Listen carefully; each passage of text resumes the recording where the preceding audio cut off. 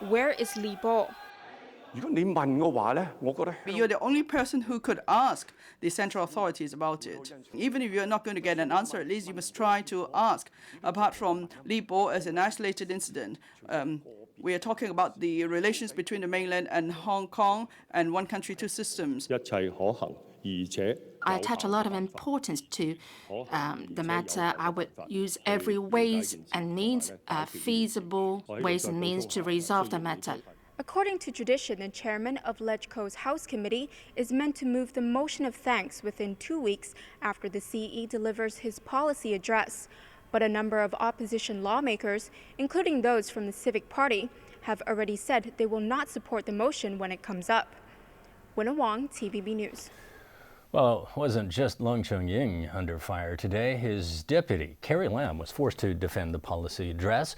The chief secretary today refuted accusations that the government isn't doing much for Hong Kong's disadvantaged. Diane To has that story.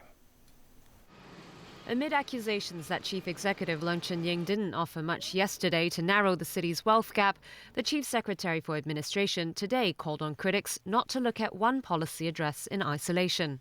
A lot of big-ticket items in improving people's livelihood have been introduced in previous policy addresses, including 2 entirely new social security schemes. In fact, if we look back at history, I don't think any government has done so extensively within such a short period in terms of social security improvements. Carrie Lam was among the officials who explained in more detail today proposals unveiled in the latest policy address. One of her new roles is to chair an interdepartmental committee that aims to implement the climate change blueprint published by the Environment Bureau last year. The achievement of the objectives in the plan requires cross-sector and cross-bureau cooperation. My job is to coordinate the various parties within administration to work in concert towards one major objective, that we have pledged to reduce energy intensity by 40% by the year 2025. On regulating employment agencies for foreign domestic helpers, the Secretary for Labour and Welfare said a new code of practice will have a list of do's and don'ts for these agencies to follow. But if after a certain period of implementation, if the code does not really have an effect in terms of improving the whole situation, I do not rule the possibility of enacting. In other words, making it statutory, changing the law. He said the government would also consider raising the penalty to make regulation more effective. Diane To, TVB News. Well, the government also came under more fire for its new kindergarten policy, with critics questioning why it isn't free for all kids in Hong Kong. Ani Samtani tells us more. The government's free kindergarten education scheme will be implemented from 2017 onwards. But some parents and schools are crying foul because not all the students will have their tuition waived. About 70 to 80% of students at part-time non-profit-making kindergartens won't have to pay tuition. Secretary for Education Eddie Ng said today it's impossible to implement free kindergarten education across the board. Ng explained that the government would like to make kindergarten education free for more kids, but noted that the schools are different, and so it's difficult to provide a one-size-fits-all scheme.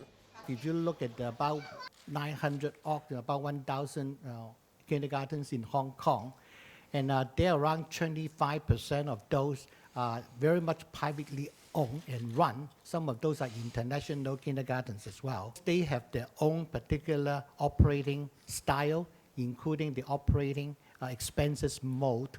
As such, they would have to charge quite a lot of fees, and they would be the different category, because this is the parents' choice.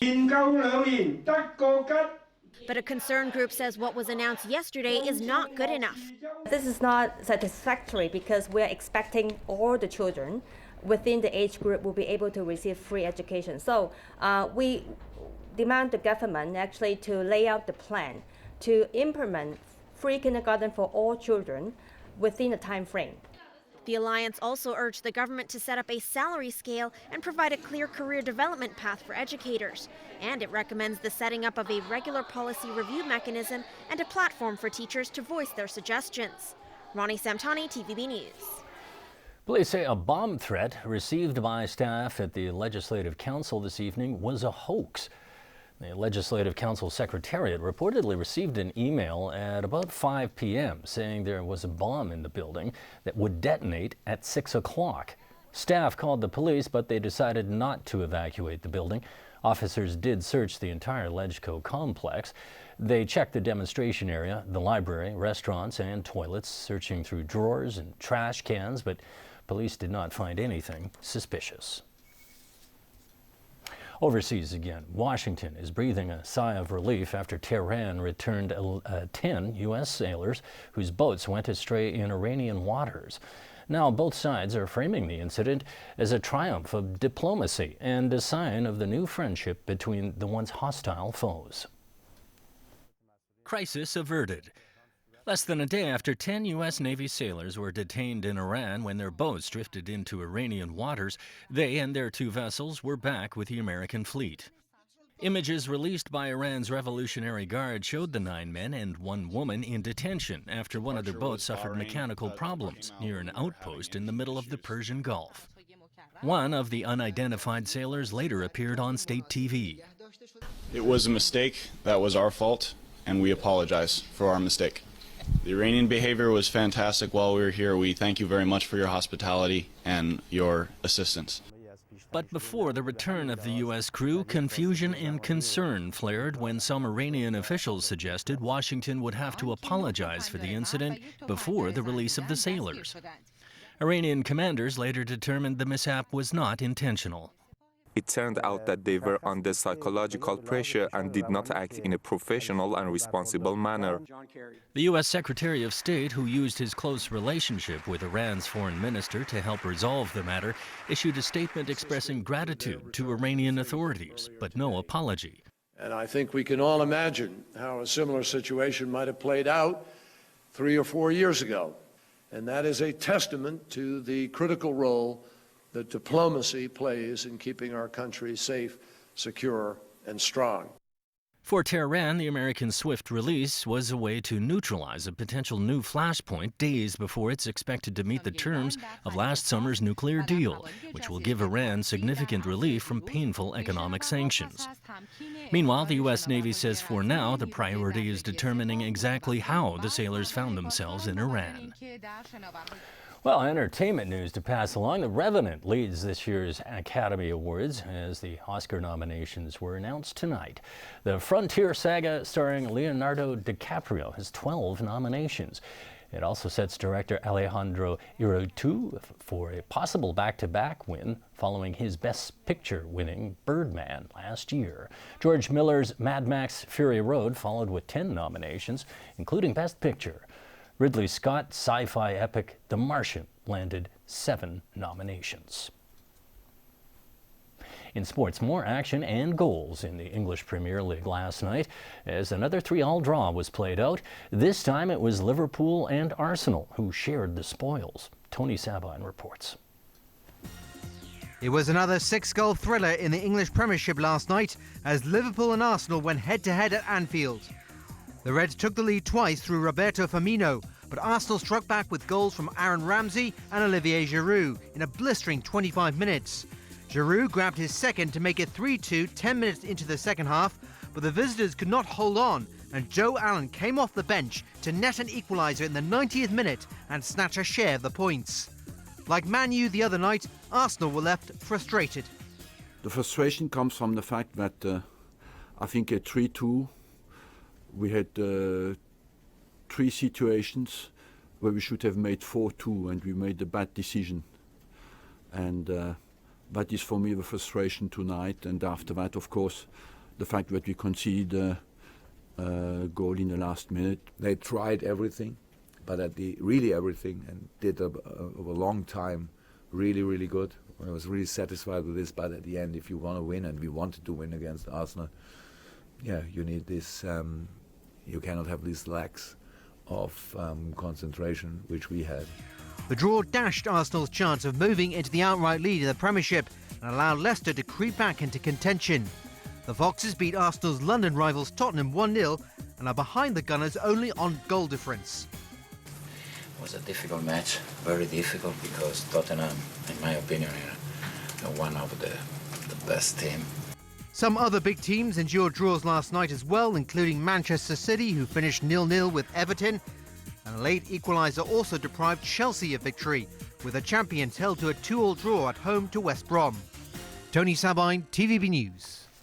FIFA has fined the Hong Kong Football Association 10,000 Swiss francs, that's about 78,000 Hong Kong dollars, over some local fans' booing of the national anthem during a World Cup qualifier 2 months ago. The incident happened at Mong Kok Stadium last November. Some of the fans booed the national anthem before the match between the Hong Kong and Chinese national teams. According to a statement by the Football Association, FIFA's disciplinary committee said the local body is liable for the improper conduct among the supporters of its team. The fine is double the penalty handed earlier to the Football Association for a similar incident in September last year. FIFA is warned of harsher sanctions in future if fans misbehave again. More sad news this week from the London entertainment scene. British actor Alan Rickman, whose career ranged from Britain's Royal Shakespeare Company to the Harry Potter films, has died. He was 69. Rickman's family says the actor had been battling cancer. Rickman excelled at playing villains like the character Hans Gruber in the first Die Hard movie. His film roles included Truly, Madly, Deeply, Love Actually, and the Potter films, in which he played the ambiguous dark arts teacher, Professor Snape. Here are the marked 6 numbers. They are 1, 2, 10, 23, 32, 49. The extra number tonight is 26. Finally, the weather, cloudy with some rain tomorrow and a high of 17 degrees. The outlook, heavy rain and cooler temperatures expected on Sunday. That's all the news. I'm James Aitken. Good night.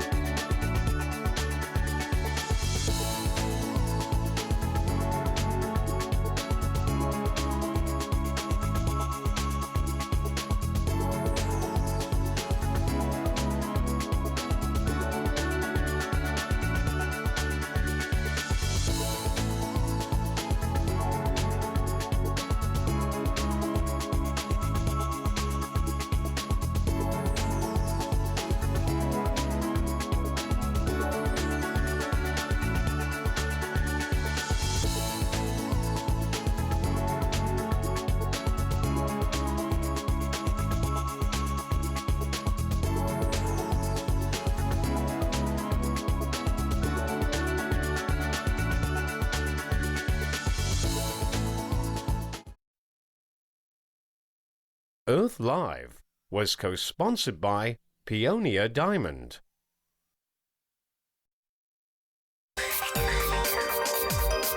You're watching TVB Pearl. Out shortly we present Crazy World Stories. Stay with us. 60 Minutes goes inside the Syrian base from which Russia is launching airstrikes. And